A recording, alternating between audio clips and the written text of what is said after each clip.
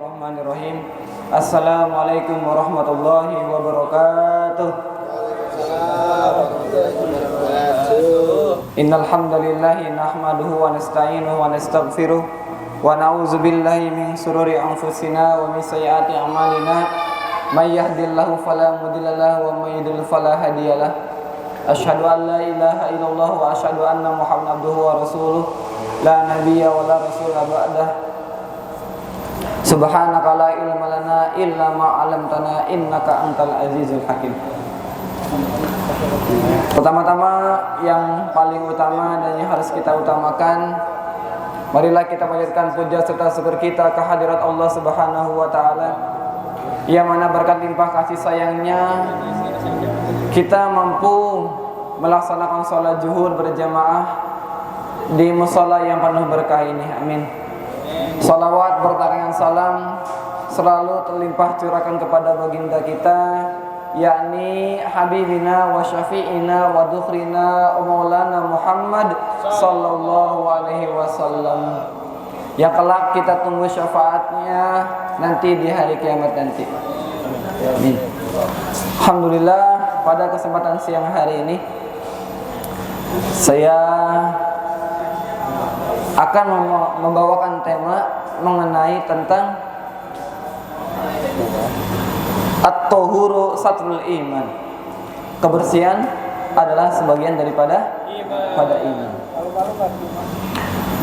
Dalam semua riwayat atau sebuah hadis, sebuah buku karangan fikih, bab pertama yang paling dibahas lebih awal adalah tentang toharah. Semuanya pasti bab yang paling pertama dibahas adalah tentang kebersihan, kesucian. Karena ketika seseorang itu bersih, suci dari hadas kecil atau besar, orang itu kalau misalnya kita berwudu aja, malaikat itu akan menjaga kita. Ya. Nggak usah pakai skincarean. Skincare kita cukup air wudu. Ya. Bukan mikroorganisme yang menjaga, tapi malaikat langsung yang bakal menjaga. Ya. Kita nggak usah pakai obat-obatan. Cukup dengan air wudu, malaikat akan menjaga kita. Ketika kita selalu dalam keadaan suci. Ya, jadi suci itu masih banyak pembahasannya. Ya, jadi entah dalam pakaian ataupun anggota tubuh. Ketika kita mau ngaji aja, la yamassuhu illal mutahharun.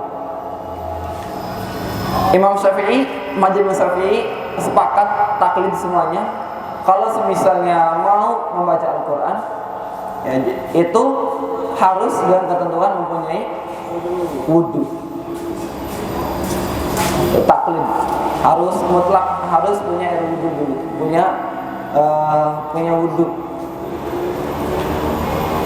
Kemudian dalam pelaksananya seringkali kita lalai tentang kebersihan. Ya.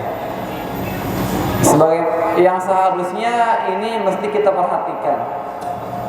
Ketika kita sholat ambil wudu, misalnya kita di doa alat tempat wudu kita nih yang sekarang kita gunain, itu sebenarnya belum layak kalau kita nggak pakai alas kaki.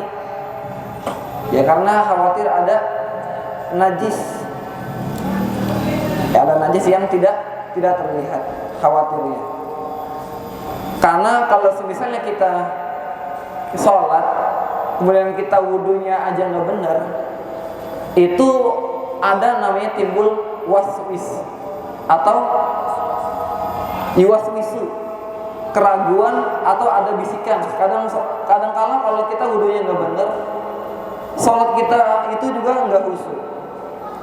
Ya, ada aja nih lagi Allahu Akbar, ada yang tiba-tiba kepikiran chattingan, kepikiran tadi video udah diupload atau belum ya, udah diedit atau belum ya. Karena kenapa? Karena dari hal tadi kita tidak menjaga sesuatu yang memang dilihat kecil tapi itu impactnya sangat besar. Wudhu kita nggak sah, apalagi sholatnya. Sedangkan syarat kalau kita sholat itu kan adalah suatu kewajiban. Sholat kita nggak, wudhu kita nggak dijaga, ya apalagi mau ibadah lainnya. Sedangkan cara kita buat membersihkan diri dari najis ringan atau dari hadas ringan ya dengan berwudu. Kemudian dalam banyak ya, jadi kalau misalnya kita tidak begitu detail dengan tata cara bertaharah,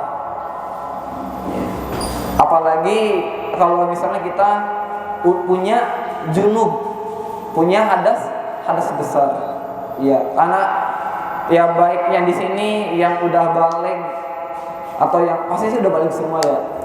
Ya yang baliknya karena lahiriah atau yang karena dipaksa. Enggak ada ya? Ada enggak? Ya, Rapli, balik dipaksa. Kelas 5 SD udah ini. Meditasi. Ya. Jadi kalau misalnya kita udah balik, maka kita harus cermati cara ibadah kita. Ya. Karena khawatirnya kita udah jutaan rakaat yang udah kita kerjain, nauzubillahi min dzalik, tidak ada yang diterima lantaran karena ibadah, karena cara bertaharah kita enggak benar, enggak tepat sasaran. Gitu. Ya, ada orang enggak junub, ya punya hadas besar tapi enggak junub. Nah, itu kan permasalahan besar. Makanya fikih itu paling penting. Ya, jadi ilmu fikih pokoknya ngaji kita ngaji di kampung sama usaha-usaha yang di kampung. Nah, itu sebenarnya harus kita pelajari dikit demi dikit. Pelajaran yang kita dapat di sekolah tuh itu harus kita pelajarin karena masalah fikih itu sangat penting gitu. Ya, jadi apalagi taharah juga kan banyak tuh. Ada macam 3 najis yang harus kita ketahui. Ya, yang pertama ada najis yang namanya najis muhaffafah. Najis ringan. Kemudian ada najis mutawassithah. Nah, ada lagi najis mughalazah. Ya. Najis yang seperti terkena air liur, kalbun atau anjing, kemudian bagong, nyaho bagong, ya bedul atau babi. Nah, kalau misalnya kita tidak sengaja terkena si kulit anjing, itu tidak harus. Kalau kering ya, kalau kering si anjingnya itu kering, si anjaynya itu kering, itu kita nggak harus membersihkan diri dengan 7 basuh tanah. Kalau kering, kalau basah kita harus membersihkannya dengan 7 tanah tadi, dibersihin sekali. Nah, kalau basah, kalau kering nggak harus. Tapi kalau misalnya dari kita terkena nih atau megang dari hewan bagong atau celeng ya atau babi. Nah, itu kering atau basahnya kita harus membasuhnya dengan tanah. Apalagi basahnya, keringnya aja kita harus membasuhnya dengan 7 kali basuhan tanah. Gitu.